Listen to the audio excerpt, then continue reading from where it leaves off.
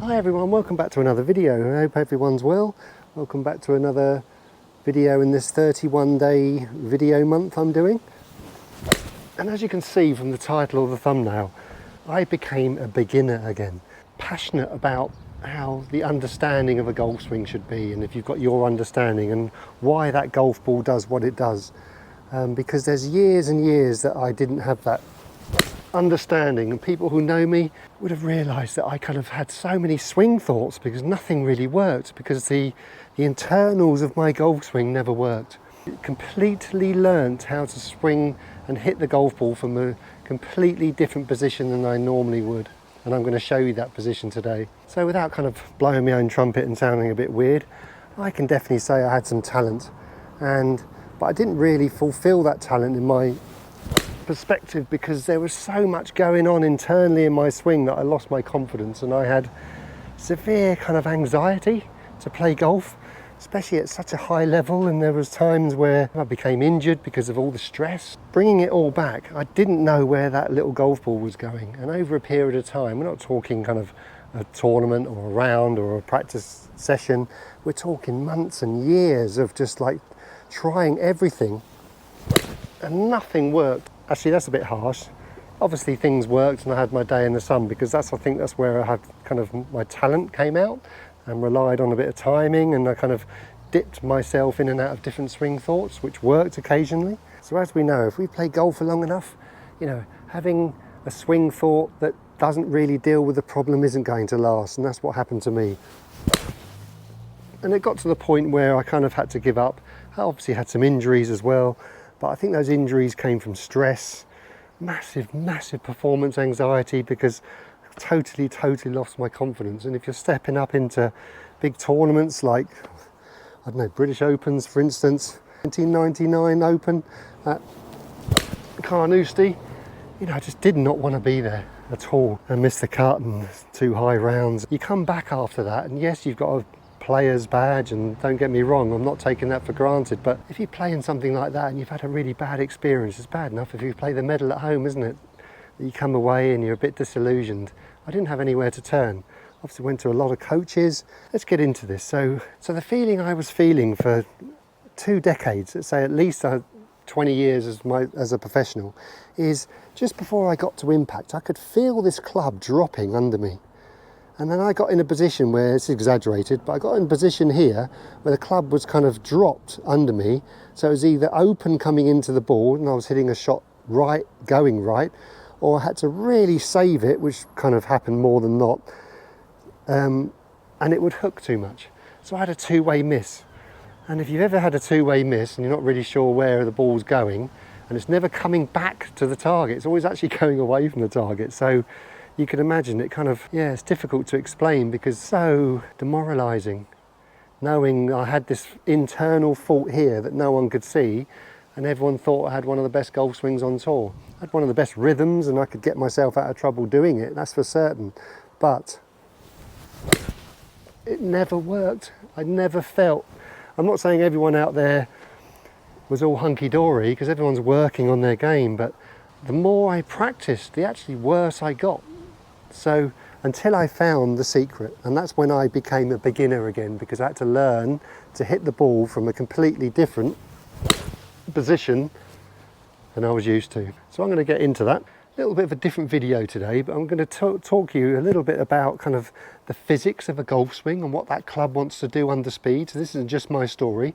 You're going to get something of why and how this club wants to work under speed. It's okay, putting it in position with no speed.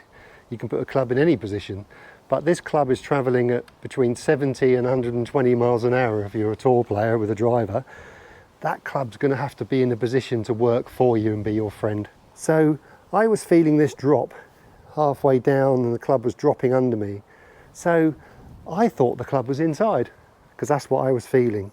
So for decades, I can't remember how long, since I was 16 years old, I would say, probably, 15, 16, I was trying to get the club out in front of me.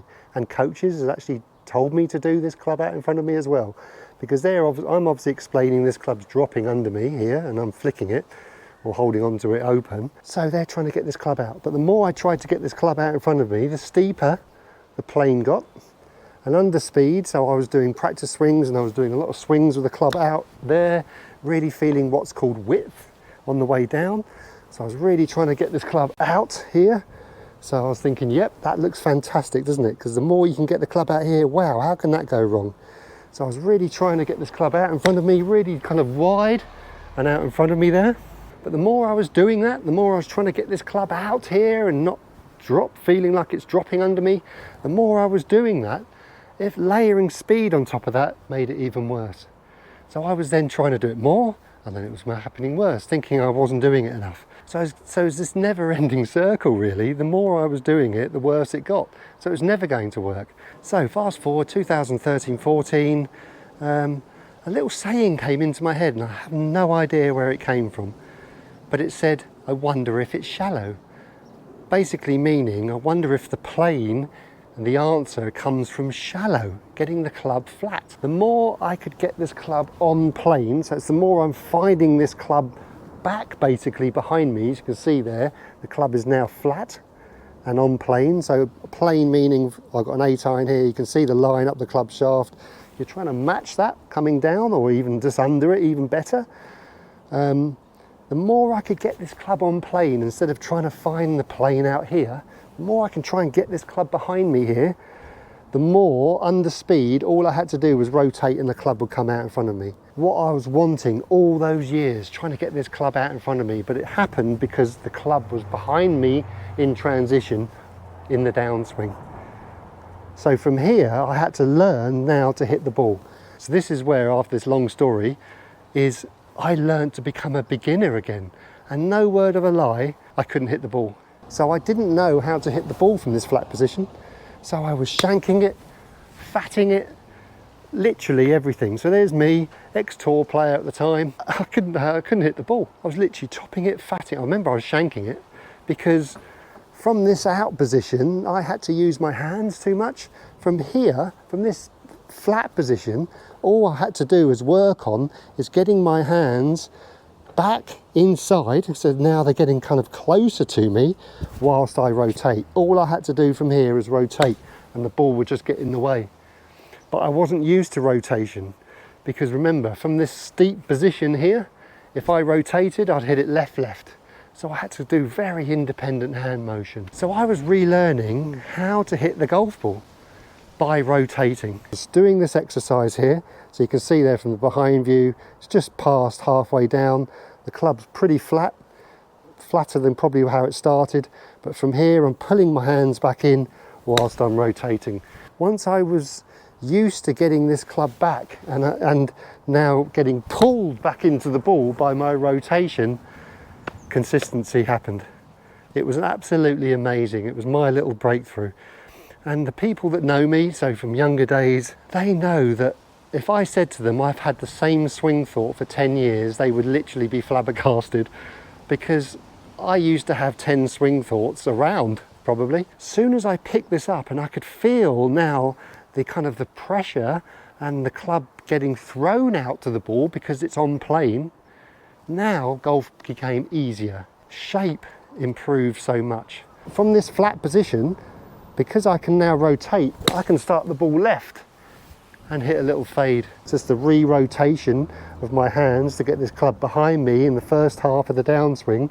Now rotate and get the hands back into impact. So it's a combination of the rotation of my belly button, kind of outside onto my heel there, whilst my hands, if you can look from behind view, I'll try and slow it down, my hands are now going out towards the ball here. Now they're getting pulled back, so you can see there's a pulling. My hands are going towards my left kind of knee into my toe area as I look down, and you can see there it's getting pulled back into impact.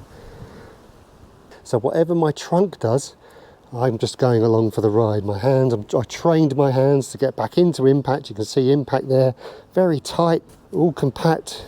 So if you ever want to get into a position, shallow, halfway down, left arm parallel to the ground-ish, or just a bit after, you can see how flat it is. Hogan said, the flatter my swing, the fatter my wallet. But give it a go yourself. See if you can become a beginner again and learn the internals. Light bulb moment in 2013. And through that light bulb moment, that's how the Academy started. But I'd never heard of shallow before. It's obviously a buzzword now, it's been around for a while. But 10 years ago, I hadn't really heard of it, to be honest with you. And that's where the Academy started. And that's why I wanted to teach this to people. Obviously, it isn't for everyone because it is difficult and it takes some time. But if you're willing to learn and become that beginner again, oh, no question about it. Remember, the more shallow you can get, the more rotary you need to get that club back to the ball. And then you got the consistency. All right, something a little bit different. Sorry it was a little bit waffly, but I always felt like it's quite good to keep something kind of real because it's something that I've experienced myself. Okay everyone, so I wish you well, have a great golfing day, and we'll see you tomorrow. A bit windy here, hopefully it's going to be a bit more sunnier tomorrow, but I wish you well and we'll see you then. See you tomorrow. Cheerio.